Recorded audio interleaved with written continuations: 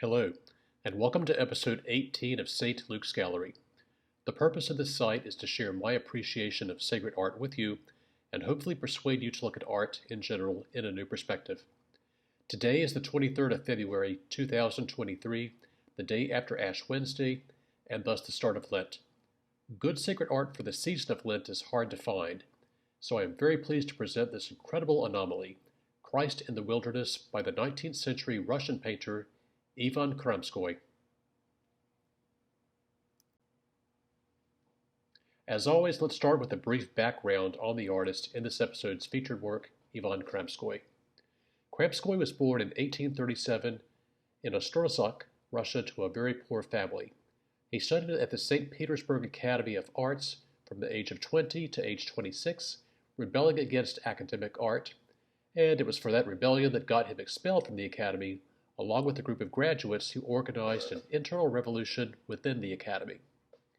He was influenced by Russian revolutionary Democrats, and he advocated for the duty of public art, realism, moral substance, and the importance of nationalism in art. Best known for his realistic portraits of important Russian writers, scientists, fellow artists and public figures, including Leo Tolstoy, Ivan Shishkin, and Sergei Boltkin.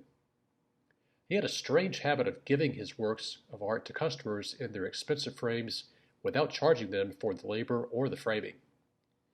Ivan Kramskoi died in 1887 at the age of 49 from an aortic aneurysm. Here are two of Kramskoi's portraits. On the left, Maria Fedorovna, the Danish-born princess who became the Empress of Russia, and on her right, her husband Alexander III. Both are fine examples of realistic portraiture, I think it goes without saying. And here are two more of Kramskoi's portraits. On the left, the landscape painter Ivan Shishkin, and on the right, the philosopher and literary critic Vladimir Solovyov. Before we get into Christ in the Wilderness, let's spend some time on works of art that are specific to the season of Lent. What you see here is a simple Google search for Lent, art. Lent, by definition, is 40 days of prayer, fasting, and almsgiving from Ash Wednesday right up to Easter. It's a time when, in preparation for the joy of Easter, the faithful reflect on our Lord's suffering for 40 days in the desert and His subsequent passion and death. Now, with that context in mind, do any of these images here, with the exception of maybe one or two, really drive home our Lord's suffering or encourage fasting, almsgiving, or even a better practice of prayer? I say no. These are works of art that are modernist in execution, but also modernist in concept. There's no emotion to any of them. Where we do see our Lord, He's abstract and even sadly cartoonish. It's almost as if these works of art for this important liturgical season are designed to downplay the responsibilities we have to suffer a little bit more than we're accustomed in order to draw closer to our Lord. And I hope that helps in setting up the significance of Ivan Kramskoi's Christ in the Wilderness.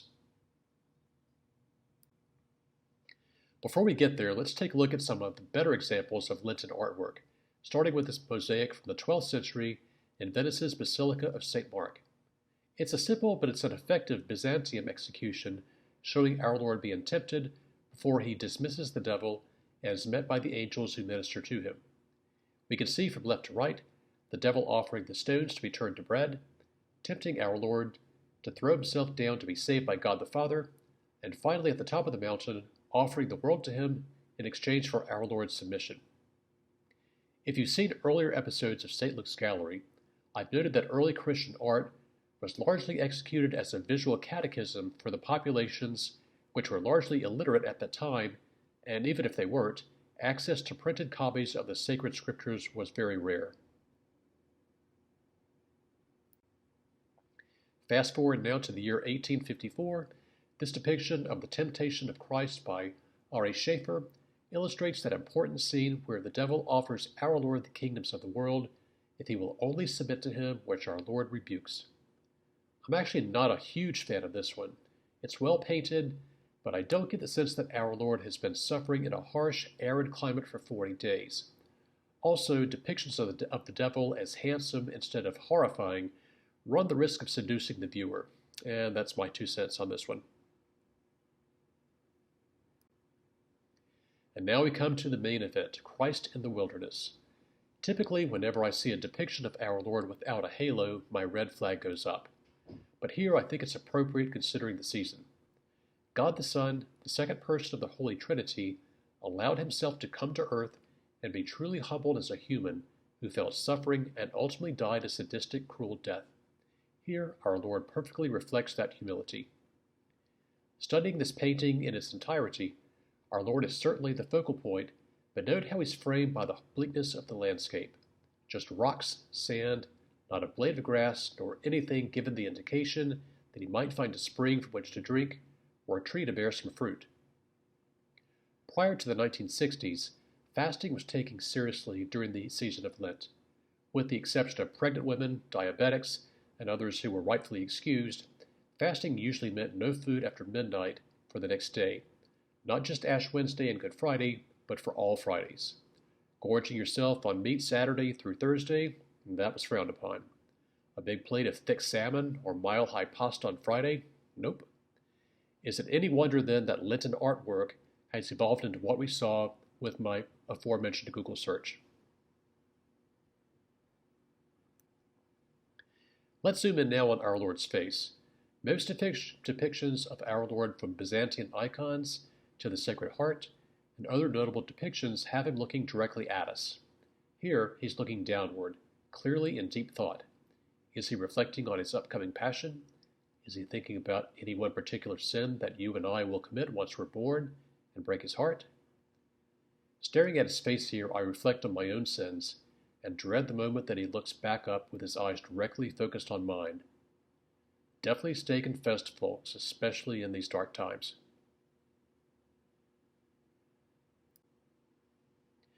Hands are really tough to draw, especially hands under stress.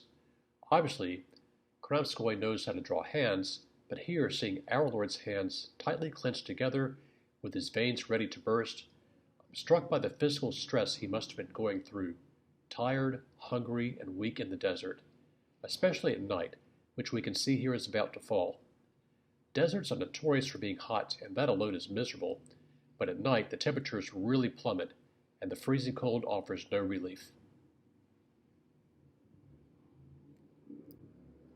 Going barefoot during our Lord's time is something that is commonly depicted in art, but in reality, all but the most destitute wore some type of sandal due to the harshness of the roads, littered with animal dung, sharp rocks, and more. Here in Kramskoi's depiction of the desert, it's not a sandy one like the Sahara, but instead a place of jagged rocks, habitable only for snakes and scorpions. How appropriate, therefore, is it that our Lord is shown barefoot in penance?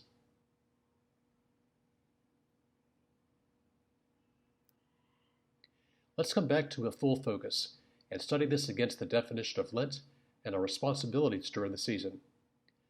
Does this work by Kramskoi promote fasting? Yes.